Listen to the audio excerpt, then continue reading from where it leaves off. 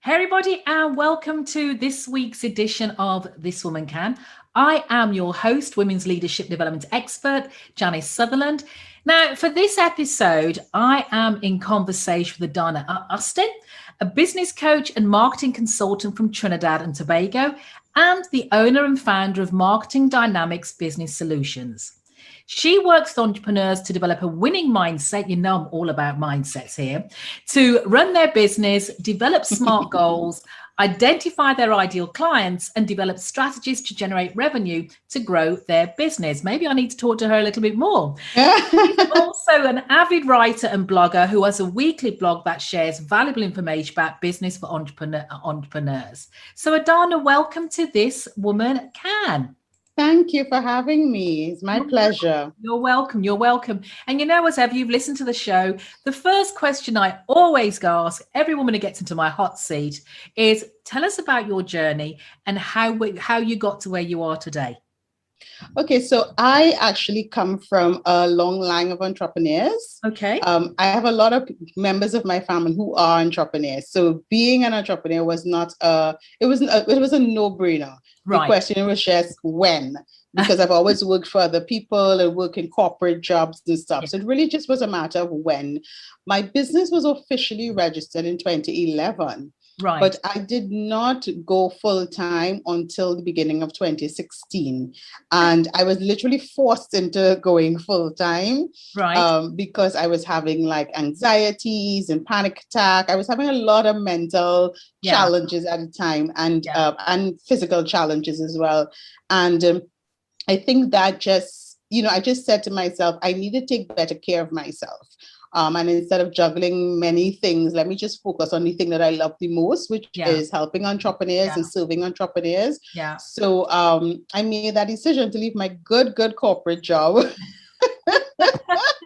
to jump into the scary thing of entrepreneurship full time. So since 2016 to now, I've just been serving many entrepreneurs from all over the world, not just in Trinidad and Tobago, thankfully, in different avenues of business, their marketing, their sales, as you said, through my weekly blog and my podcast as well. Okay. And I also have a Facebook group of over 4,000 entrepreneurs. Fabulous. From different parts of the world. And the group is very, very active. We don't necessarily advertise, but we have really lively discussions about the challenges of entrepreneurship and how we can support each other and stuff. And it's called Dynamic Business Strategies. Fabulous. So that's been my journey. Now, you told me so much there. So a couple of things I want to focus on. You talked about feeling the anxiety and the stress and stuff like that. And having made that journey my own self from corporate to entrepreneurship, what I found was that my body was telling me it was time for that change. Yes. That's exactly it. Because in 2015, I had some challenges. I had some people close to me that passed away. Right. And I was experiencing a lot of body pains and stuff. And I spent thousands and thousands of dollars going to the doctor. And everyone was like, we cannot see anything physically wrong with you. I mean, at the end of the day, I still had to end up doing an emergency surgery, but that was besides the point. And I actually went to one specialist, and she's the one who said to me, Adana, you are depressed and you need to change what you are doing. And that's when I started to think, I need to make some hard decisions because my body is telling me that this is not the way you're supposed to go. So you have to listen to your body. Yeah. So thanks for sharing that with us. And my second question, you registered the business in 2011, but you didn't start till 2016. That's a big gap, 5-year gap. Well, what really happened is I registered in 2011 and I was providing marketing and PR services to a medium-sized business. So it wasn't that I wasn't doing anything. I was providing services to businesses, right? As much as I can, because I was working my full-time corporate job. I was actually also teaching at the university at the same time. So I was doing that. But the transition that I made in 2015 into 2016 was actually becoming a coach. Right. And I made that transition based on conversations I was having with my clients at the time.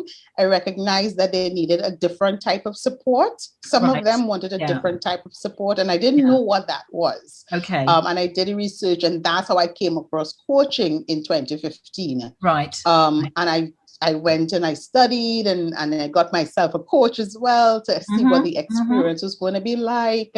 And then at the end of 2015 into 2016, I myself started to offer coaching as one of my services. So coaching came on at 2015 into 2016, but from 2011 to 2015, and even now I still have corporate clients that I provide mainly just marketing and PR for, because before 2011, I was doing it, but all for free. Right. Yes. Which is where most of us start off, right? Yeah. I was doing it for free. So I was like, no, I need to register and make this official. Fabulous. So, Donna, describe to me one of your biggest challenges and how you overcame it and the lessons you learned from that. I think my biggest challenge was actually when I did start to get coaching, my mindset. I did not recognize that there had to be such a huge shift. Yes. From working for somebody and working for yourself. Absolutely. That was like, I think up to today, one of my biggest challenges, just doing that mindset work and consistently doing the work as well. To recognize that I have to depend on me. I have to be my biggest cheerleader. You know what I mean? And my first coach, he really spent a considerable amount of time with me working through that, eliminating the negative self-talk that just comes so naturally to us. Absolutely. Right? So we spent a considerable, I would say maybe 2 months, really, really fine-tuning that mindset. And it's something that I work on consistently every day, because as I said, I still struggle with a little anxiety and slight depression and stuff. So it's something that I have consistently worked on every single day, using my affirmations and journaling and meditation and stuff to keep me on track, because we're human. Right. And sometimes you don't have control of certain things and they affect you emotionally. So I think to date, that was my biggest challenge, and I continuously work on that. Right. So it's always a work in progress for you. It's always one step higher you can go, right? Excellent.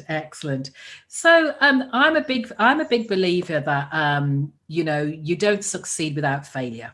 I am a huge believer in that. So can you share with us, Donna, where failure has made a positive difference in your life? Definitely. I would say, even as a coach and starting off, you have certain expectations or certain hopes and dreams. And I have had early on where I would put out a program or put out, advertise a workshop or something like that, and nobody would buy. Yeah. You know what I mean? After you put out all this work. And obviously, you feel a little devastated, crushed. Like, why is this happening? But I had to learn that I needed to listen more and not just create for creating's sake, but create to really support what my entrepreneurs needed at the time. Because, there's always this, and I find it with a lot of new coaches, there's this mad rush to let me just create something. Yeah. I mean, the creation aspect, though, what I find when I speak with my colleagues, not just with my clients, not just on Create for Coaches, but it's a form of procrasticration. Yes. Because it stops us from really doing what we really need to be doing. The deep work. Yes. So it's a little bit of denial. It's a little bit, do I really want to put myself out there? And it's all these things we're telling ourselves. And not just as being an entrepreneur, but also at work, because quite often the women I speak to about their careers and their leadership journeys, they're like, well, I'm not ready to take the next step. I'm like, well, how do you mean not ready to take the next step? How many more qualifications do you need? What more proof do you want? What are you looking for to take that next step? So I find that creation is often that little, procrastinator telling you on your shoulder. It is definitely. Definitely. Yeah. So that was a huge thing for me to learn because I fell flat.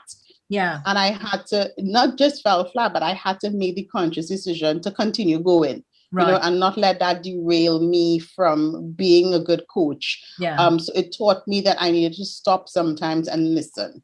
Yeah. Yeah. Pay attention to what my audience actually wants so that I can create programs and workshops for them and not for me. Yes. It's know your customer. Yes. So that was a huge thing for me at the beginning. So I just want to take a little bit of side steps. This came to me. So you have pivoted from corporate to entrepreneurship. What has been the biggest challenge that you found in making that pivot? Besides my mindset, I think like one of the biggest things as well was time management. Right. Because in corporate you have a boss, you have a time, you have deadlines set for you. So besides my mindset was just, creating those time blocks and understanding, okay, you have to answer to you. So you have to get things done at a particular time in order for your business to move forward. Right. And the other thing was creating boundaries. That was a huge one because where I worked in corporate, unfortunately, we didn't really have boundaries. I literally was on call Sunday to Sunday. Yeah. Right. So people just had access to me all the time. And I recognized that in coaching, I couldn't do that because it led to a lot of burnout really quickly. So I had to very early on set up boundaries for myself, for my own mental health and for my clients as well. Yeah. And I love the fact you talked about boundaries because boundaries play a part in many aspects. So you created boundaries with your clients, which I understand. But where else have you created boundaries to help you succeed in your business? Oh, well, I created boundaries with my family. As well, because, a lot of them who are not entrepreneurs feel, well, you're working from home now, so you're always available to do everything. You're always available to be on the phone. You're always available, so that was a hard one because they would never accustomed get hearing no from me. So I had to create those boundaries and let them know, listen, I am working between these hours and between these hours, I can't just get on the phone and talk. I can't just come down the road, Right, yes. So I had to create really heavy boundaries with my family. Thank God nobody was offended. With my family was huge. And then with myself, meaning I had to give myself permission to rest. Right, yes. Because we are taught, you have to work Sunday to Sunday and both, that kind of thing. So I set up a system where I work a particular amount of hours every day and I intentionally take days off. And those days off is not to come on the computer, not to answer clients, just creating those boundaries for myself. Yeah, I love that. Well. I love that. I call that my I choose day. Yes. Because that's the day I choose what I'm going to do. Now, don't get me wrong, sometimes I may choose to do a little bit of work, but it's my choice. It's my choice. So I call that my I choose day. And it could be any day of the week, because we know sometimes also working for yourself and in corporate, to be honest, sometimes the overlap, there are no demarcations. Yes. Especially now we're working from home. A lot more people are working from home. The demarcation between work and home life is a little blurry. So we have to, like you say, get very be flexible, but also be very stringent when it comes to creating our boundaries. So I totally get you there. Yeah, definitely. Thank you. So Adana, if you had to start from scratch, knowing where you are now, knowing what you know now, what would you do differently? I would definitely do more market research. Okay. A lot more market research. And I made a mistake that a lot of people did, right? Just jumped into business without doing research, not just about my clients, but just about my industry, getting educated a little more about what is required and tools and that kind of thing. I mean, because I didn't spend time doing that, I had I had a lot of ups and downs, and I think a lot of that could have been avoided. Yeah. If I did the market research that was necessary, Yeah. I would have the line would have been a little straighter and I would have hit a lot of my targets sooner. Right.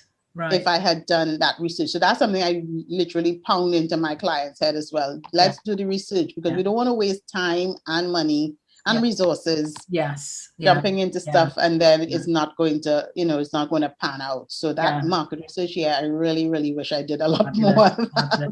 And as much as we're talking about market research from an entrepreneurial side, that actually boils out for if you're in the corporate world as well. If you're going to work for an organization, research the organization, research the role. What are the salary boundaries? What is it like to work for those people if you can find out? There's so much more available for us now online to enable us to make those decisions. So research, whether you're an entrepreneur in the corporate world or you're going to work for somebody else, is incredibly important. So I really like that.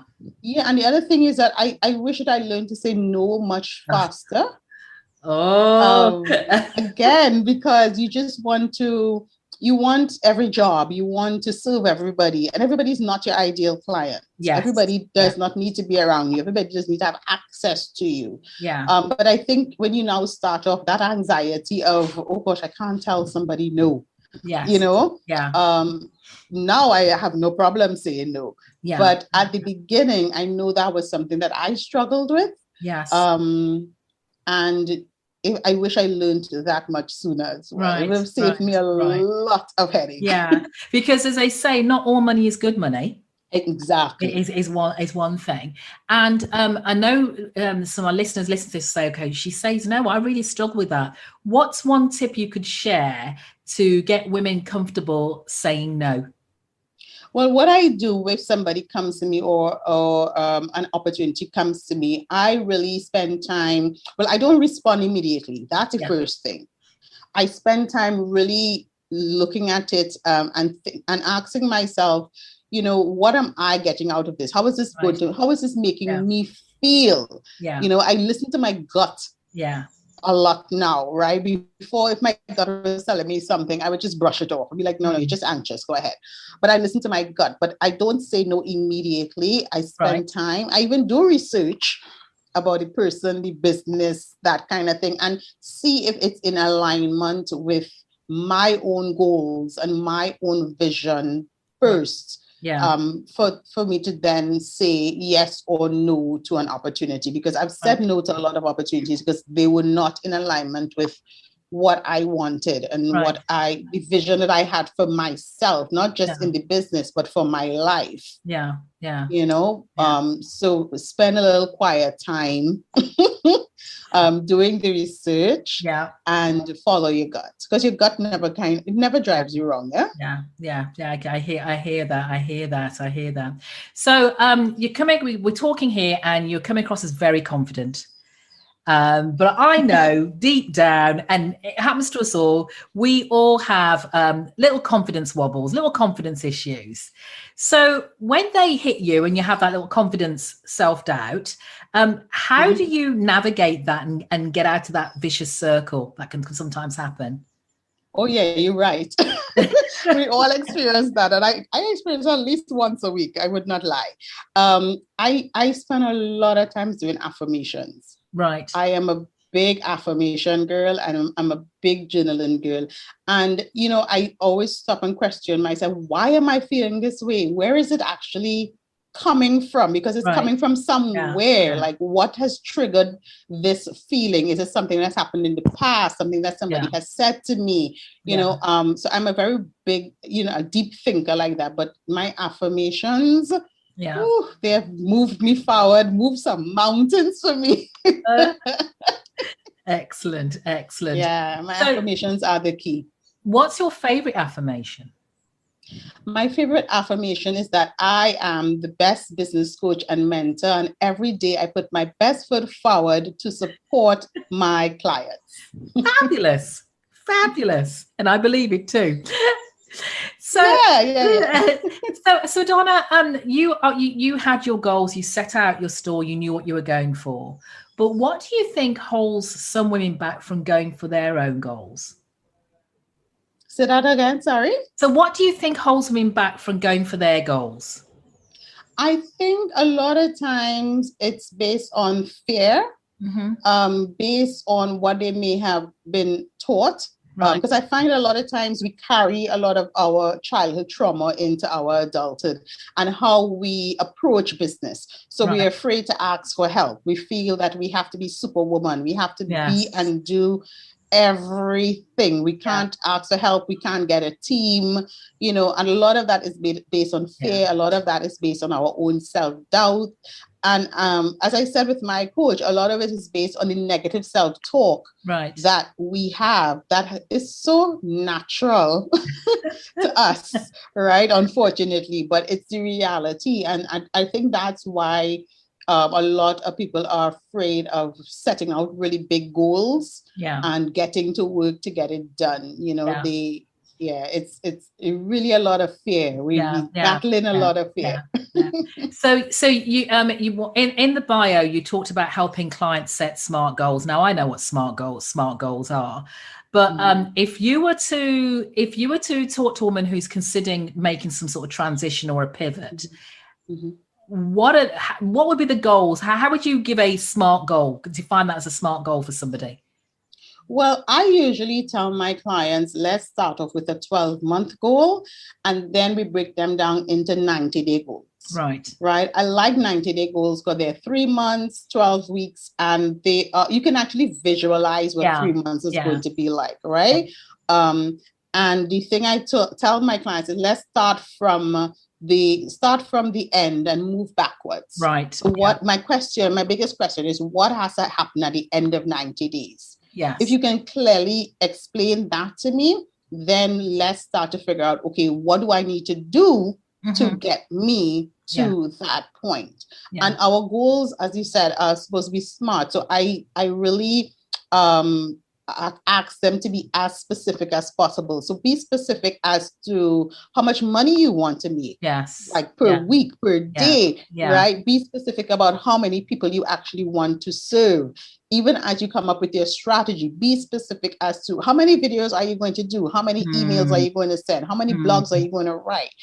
Get as specific as possible so that you can measure your progress at the end of 9 days. You should be able to say, okay, I did this consistently for 3 months and these are the results, because that's the only way you're going to be able to measure, which is part of the SMART goal, right? Being specific and it has to be measurable.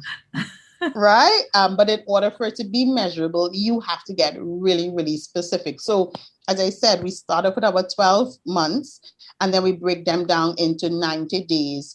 And then we take those 90 days and break them into smaller actionable steps. Because the other thing that I've realized is a lot of people, I like to tell my clients, you like to throw everything into a Monday. And by Wednesday, you're totally knackered. Because you try to do everything at the beginning of the week, right? So I teach them how to space out the activities so that they can keep with a steady momentum. Because it's all about your momentum. Right? Because you don't want to get burnt out. So you just keep in that momentum. And whether that's doing 2 things for the day to get you closer to the goal, then that's fine. That's what it is. Yeah, that's fine. Once you are in action.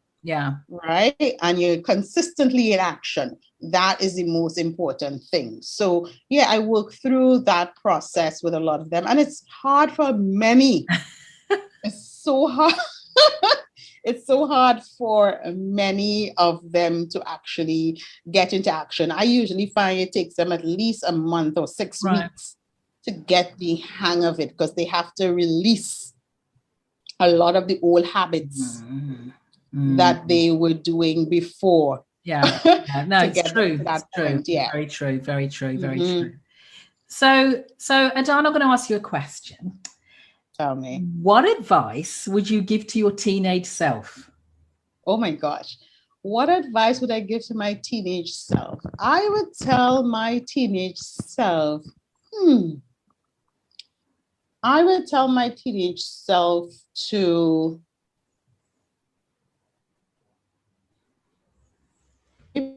business earlier. I think that I procrastinated a lot. before I actually started my business. Yeah. And it's not that I didn't have the support, because my parents have businesses, my aunts, my uncles. But for some reason, again, it's fear, it's doubt, right? Yeah.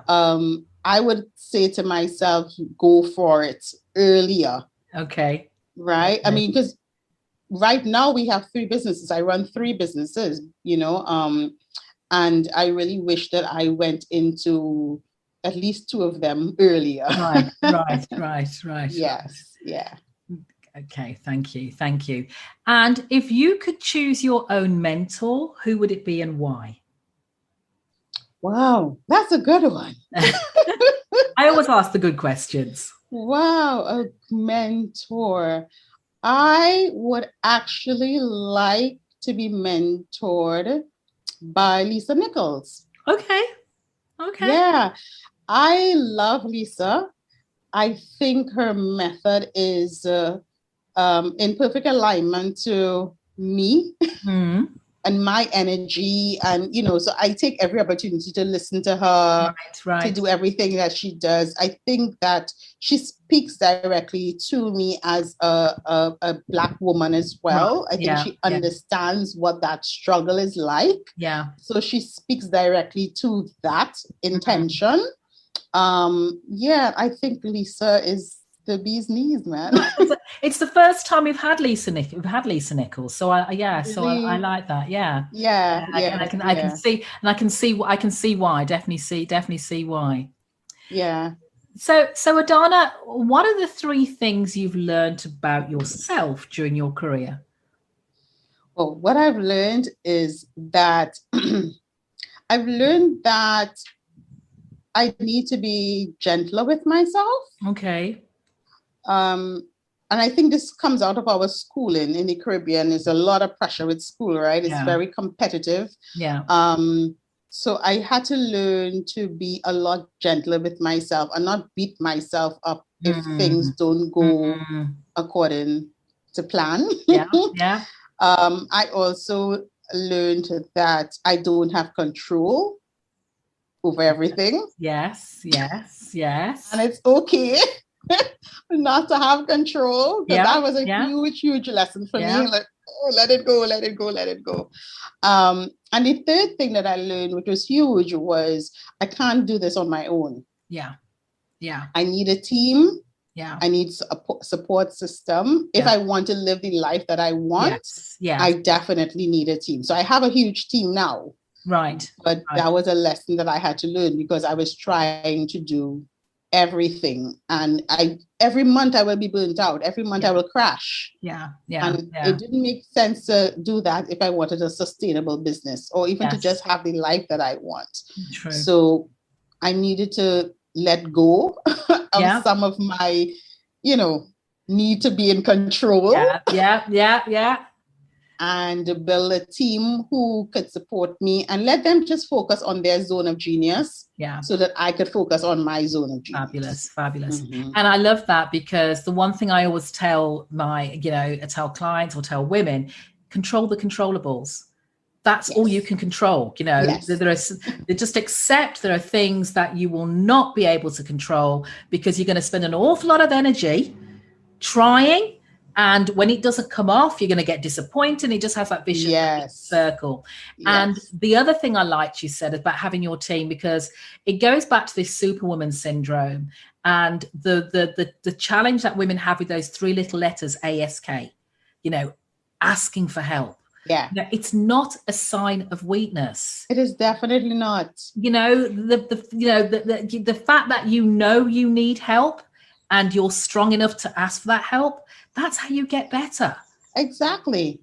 And I'm so grateful that I learned that lesson. Yeah. Because I can rest now. I can sleep. I could go on vacation. I mean, I'm going on vacation the end of this week.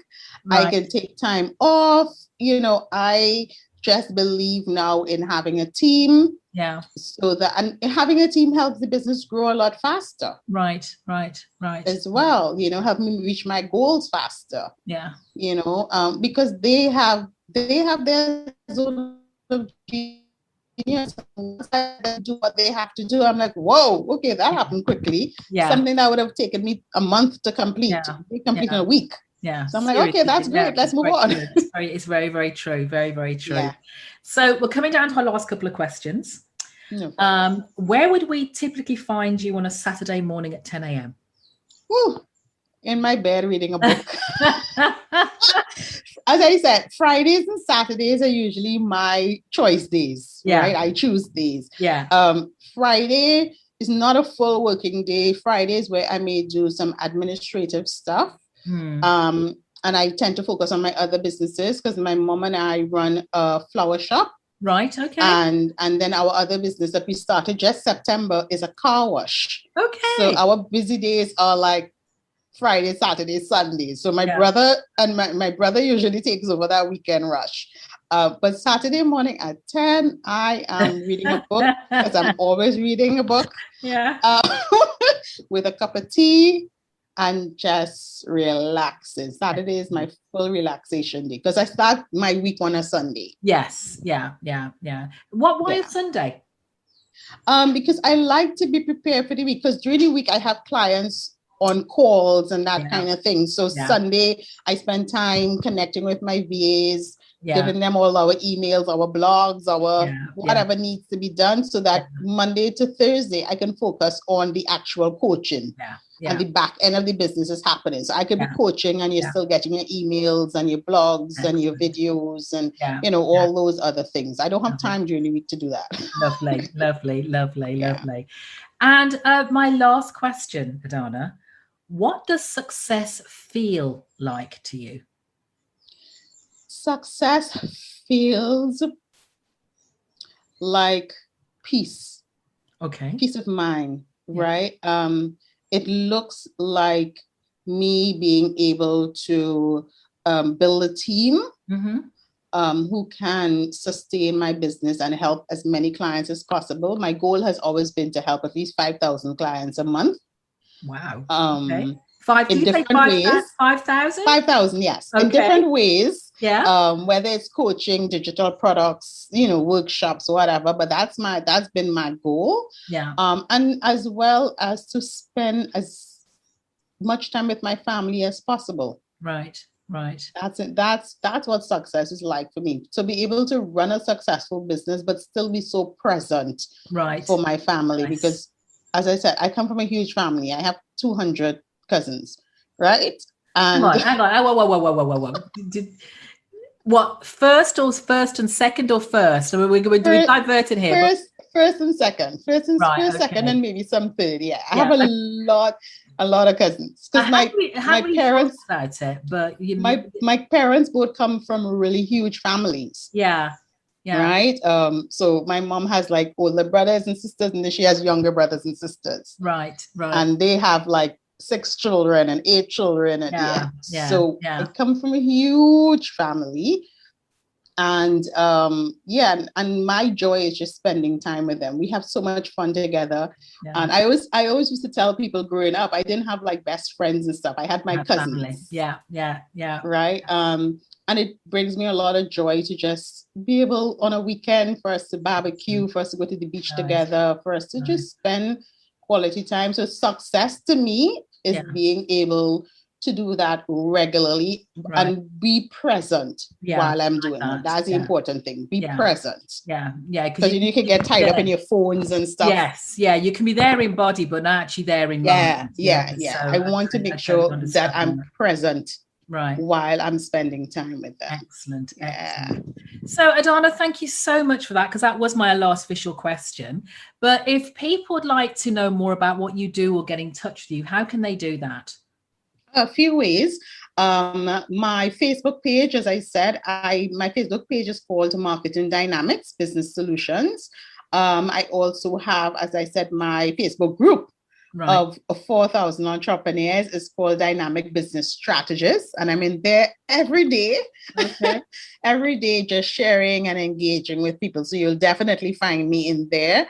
I'm also on Instagram as Coach Adana Austin and on LinkedIn.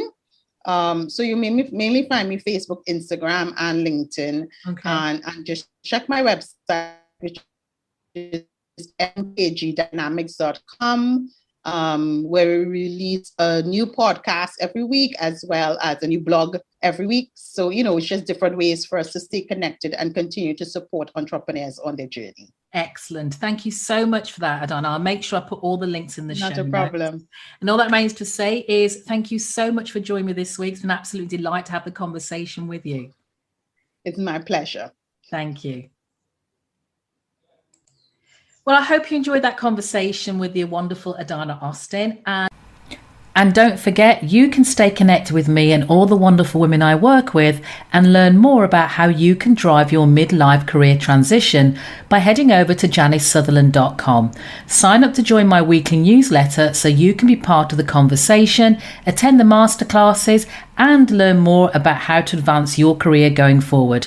And don't forget, you can share, rate, review, subscribe to the podcast, because that's how we get more women to listen to what's happening. And don't forget, if I can, you can, this woman can. Take care until next time. Career reinvention, I've been there and I get it. And I want success for you. Are you exploring a career pivot to find more fulfillment? Are you thinking of returning to work after a career break? Are you emerging from a personal life transition? But maybe you're fuzzy about what you actually want to be doing or how to close the gap between your now and your next. You could even be frustrated about change, both the kind that's happening physically and the kind that isn't. Scared you have more to look back on than forward to. Or you could even be frenzied by so much responsibility, the kids, the partners, that you are floundering as you seek to find greater contribution in the world. You might be wondering, is this as good as it gets? Well, I'm here to tell you, no. There's a way forward and it's really exciting. Your next career chapter is an intensive, hands-on, 12-week live program that will walk you through a proven step-by-step process to help you get clear on your goals so you stop wasting time in the haze, removing the blocks, and start creating a solid picture of what a vibrant, energized career looks like for you. Helps you create practical, easy to implement action steps by identifying where you want to go and the how to get there, so that becomes totally apparent and doable. And you access expert guidance because I am here to help you every step of the way. For more information, visit janicesutherland.com for details on how to join a program that will help you turn your mid-career crisis into your mid-career success.